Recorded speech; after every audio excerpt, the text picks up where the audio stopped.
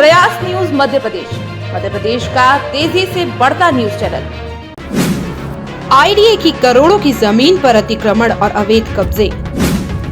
RR-cat के अधिकारी कर्मचारी बरसों से हो रहे परेशान। जमीन खरीदी और बाद में पता चला कि यह जमीन आईडीए की है। सरकारी नियमानुसार करवाई थी जमीन की रजिस्ट्री। प्रयास न्यूज मध्य प्रदेश से भू अर्जन अधिकारी सुदीप मीणा बोले, जल्द करेंगे कार्यवाही। हमें संघर्ष करते करते बरसों हो गए साहब, क्या पता कब परमात्मा का बुलावा आ जाए, लेकिन अंतिम सांस तक अपने हक और खून पसीने की कमाई के लिए न्याय मांगते रहेंगे। हमें शासन, प्रशासन और सरकार पर पूरा भरोसा है कि हमें न्याय जरूर मिलेगा।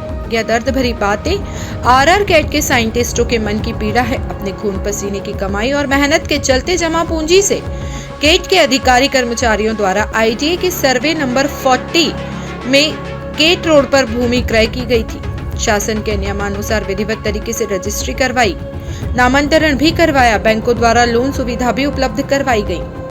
यह जमीन नारंग और लालवानी परिवार से खरीदी गई। बाद में जानकारी मिली कि यह जमीन इंदौर विकास प्राधिकरण की स्कीम नंबर 97 पार्ट 4 में शामिल है। इस करोड़ों की जमीन पर अतिक्रमण हो गया है, जिसको लेकर पीड़ित आईडीए गए और उक्त जमीन पर दुकान, वेयरहाउस, गोडाउन जैसे कई अवैध कब्जों और अतिक्रमण की जानकारी दी। इस मामले में कैट के लगभग 40 लोग प्रभावित हो रहे हैं। 2002 से 2025 तक का सफर इन पीड़ितों के लिए बहुत ही कष्टदायी और दर्द भरा रहा। पीड़ित साइंटिस्ट रमेश चंद्रा ने बताया कि इस मामले में इंदौर विकास प्राधिकरण के भू अर्जन अधिकारी सुदीप मीणा से भी चर्चा कर वर्तमान वास्तविक स्थिति से अवगत कराया गया। वहीं इस मामले में भू अर्जन अधिकारी सुदीप मीणा ने प्रयास न्यूज से खास चर्चा में कहा कि आईडीए की जमीन पर हो रहे अतिक्रमण और अवैध कब्जे जल्द हटाए जाएंगे। मीणा ने कहा कि कुछ समय पूर्व कैट से जुड़े अधिकारी कर्मचारियों से भी मुलाकात हुई थी। उन्होंने सरकारी नियमानुसार जमीन खरीदने की बात कही थी, जिसको लेकर राव एसडीएम और इंजीनियरों को जांच सौंपी थी। मीणा ने कहा कि इस स्कीम मामले में इंदौर विकास प्राधिकरण सुप्रीम कोर्ट से जीता है। जांच करने के बाद अब अवैध कब्जों और अतिक्रमण को हटाने और इस स्कीम पर विकास कार्य शुरू करने का प्रयास किया जाएगा। प्रयास न्यूज इंदौर से आदित्य उपाध्याय की रिपोर्ट। कैट के कर्मचारी एवं अधिकारियों द्वारा सर्वे नंबर 40 में भूमि क्रय की गई थी। उक्त भूमि जो है रजिस्ट्रार में रजिस्ट्री कराई थी, तहसीलदार के यहाँ नामांतरण हुआ था, सारा पोजेसन लिया गया था विधिवत रूप से। उस पर बैंकों के द्वारा, एचडीएफसी बैंक द्वारा लोन भी दिया गया था। उक्त जमीन नारंग परिवार और अशोक लालवानी परिवार से क्रय की गई थी। बाद में लेटर ऑन पता चला कि 2002 में ये उक्त जमीन आईडीए की स्कीम 97 पार्ट 4 में शामिल है। उक्त जानकारी हमारे पास आने के बाद हम लोगों ने शासकीय पत्राचार किया। उसमें हमें पता चला कि यह ज़मीन जो है 91 में आईडीए के द्वारा एक्वायर्ड की गई थी, पर उनके द्वारा समय पर कार्रवाई, नामांतरण वगैरह की, ज़मीन का कब्जा लेने की कार्रवाई समय पर नहीं की गई और शासकीय रिकॉर्डों में उक्त ज़मीन किसान के नाम पर रहने से यह ज़मीन आगे लगातार बिकती चली गई। वर्तमान में हम लोग इसके बारे में जो भी शासकीय कार्रवाइयाँ हैं, वास्तव में अभी हमने वैधानिक स्थिति प्राप्त जानकारी लेने के लिए हमने आईडीए को पत्र लिखा था। उसके बारे में आईडीए द्वारा बताया गया कि उक्त जमीन इंदौर विकास प्राधिकरण की है और कब्जा हटाने के लिए उन्होंने एसडीएम को पत्र भी लिखा है। इसके बाद हम जो है ना इस बाबत अपनी आगे की कार्रवाई को प्लान सामूहिक रूप से, क्योंकि इसमें करीब 41 लोग इसमें प्रभावित हैं कैट के। तो आगे क्या कितना समय हो गया इस मामले को पूरे को? इस मामले को सर हम लोगों ने ज़मीन, ये कुछ कैट के लोगों ने, जो हमारे सीनियर अधिकारी थे, उन्होंने 94 से लेके ज़मीन खरीदी थी।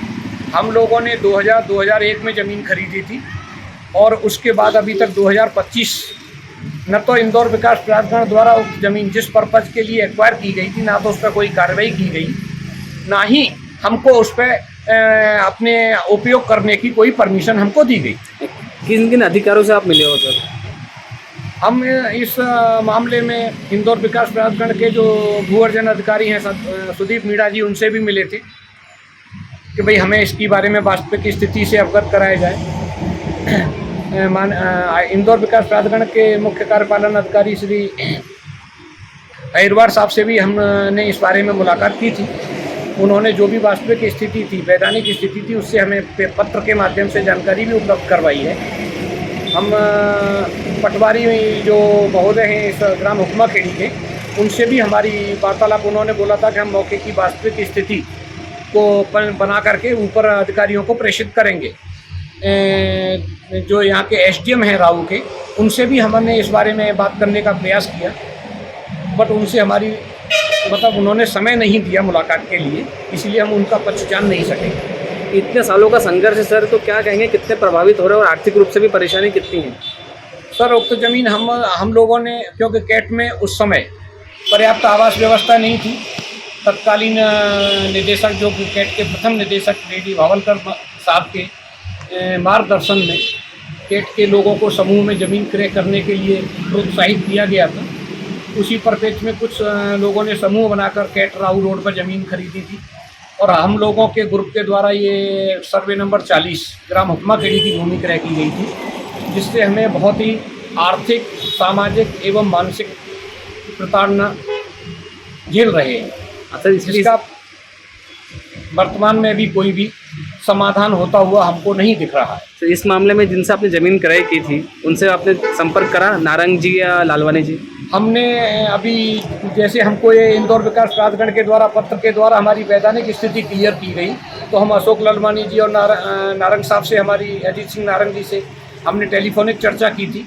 और उन्होंने लालवानी साहब, अशोक लालवानी जी का कहना ये था कि यदि कोई धोखाधड़ी हुई है तो आईडीए का जो ज़मीन एक्वायर मूल किसान से की गई थी, तो उनके द्वारा अगर ज़मीन हमको गलत बेची गई तो हम उनके विरुद्ध जो भी वैधानिक कार्रवाई बनेगी वो करेंगे। आगे की क्या आपकी रणनीति रहेगी या क्या प्रयास रहेगा?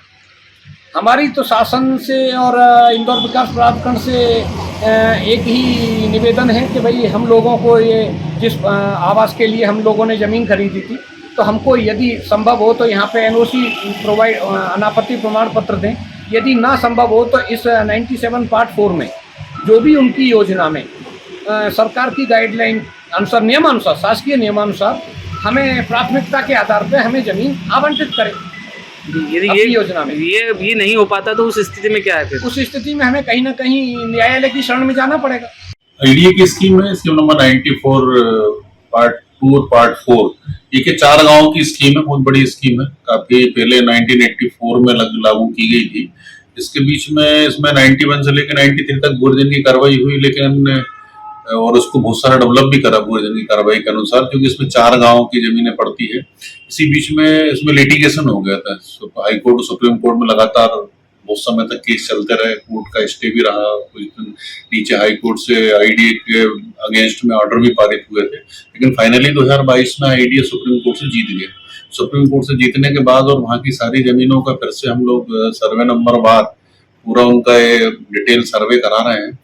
कराने के बाद जो बिल्कुल क्लियर है, जिसमें कहीं कोई बाधा उत्पन्न नहीं है, लीगली कोई समस्या नहीं है, उनका विधिक अभिमत लेकर सारी हम लोग मौके पे कब्जा प्राप्त करने की और साथ में आईडीए द्वारा उसको प्लानिंग करके डेवलपमेंट करने की कार्रवाई प्रचलित है। सर, कुछ कैट के साइंटिस्ट को की भी कोई शिकायत रही है सर, आपसे मुलाकात हुई है या कुछ पत्र व्यवहार हुआ है?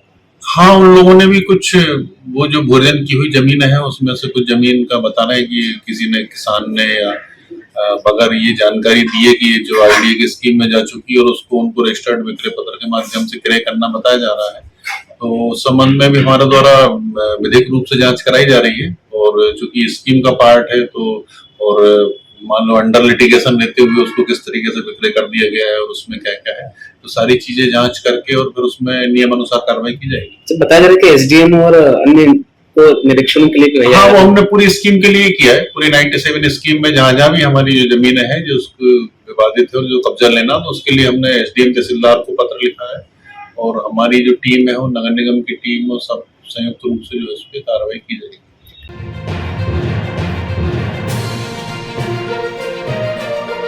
प्रयास न्यूज मध्य प्रदेश का तेजी से बढ़ता न्यूज चैनल।